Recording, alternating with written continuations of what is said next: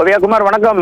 நிச்சயமாக ஜனநாயக திருவிழா என அழைக்கப்படும் தேர்தல் திருவிழா 2026 சட்டமன்ற தேர்தல் இன்று தமிழகம் முழுவதும் நடைபெறுகிறது. காலை 7 மணிக்கு வாக்குப்பதிவு தொடங்கும் நிலையில் தற்போது திருநெல்வேலி மாவட்டத்தில் இருக்கும் அத்தனை வாக்குச்சாவடிகளும் மாதிரி வாக்குப்பதிவு தற்போது ஆரம்பமாகி உள்ளது. ஓவியா குமார், திருநெல்வேலி மாவட்டத்தில் இன்று பார்த்தீர்கள் என்றால் 12.65 லட்சம் வாக்காளர்கள் தங்கள் ஜனநாயக கடமையை ஆற்ற தயாராக உள்ளனர். 5 தொகுதிகளில் 90 வேட்பாளர்கள் போட்டியிடுகின்றனர்.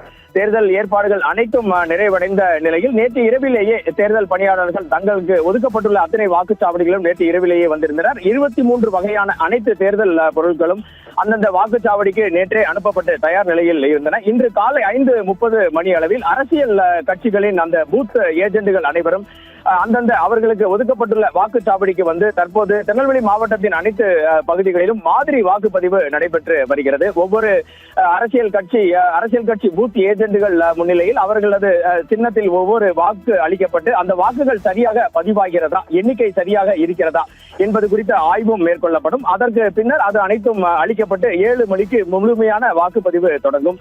இதுவே தற்போது இருக்கும் கள நிலவரம். ஓவியா குமார், திருநெல்வேலி மாவட்டத்தை பொறுத்தவரை 12,65,302 வாக்காளர்கள் வாக்களிக்க உள்ளனர். இதில் ஆண்கள் பார்த்தீர்கள் என்றால் 6,16,911 ஆண்கள், 6,48,245 பெண்கள், 146 மூன்றாம் பாலினத்தவர் என திருநெல்வேலி மாவட்டத்தில் வாக்களிக்க உள்ளனர்.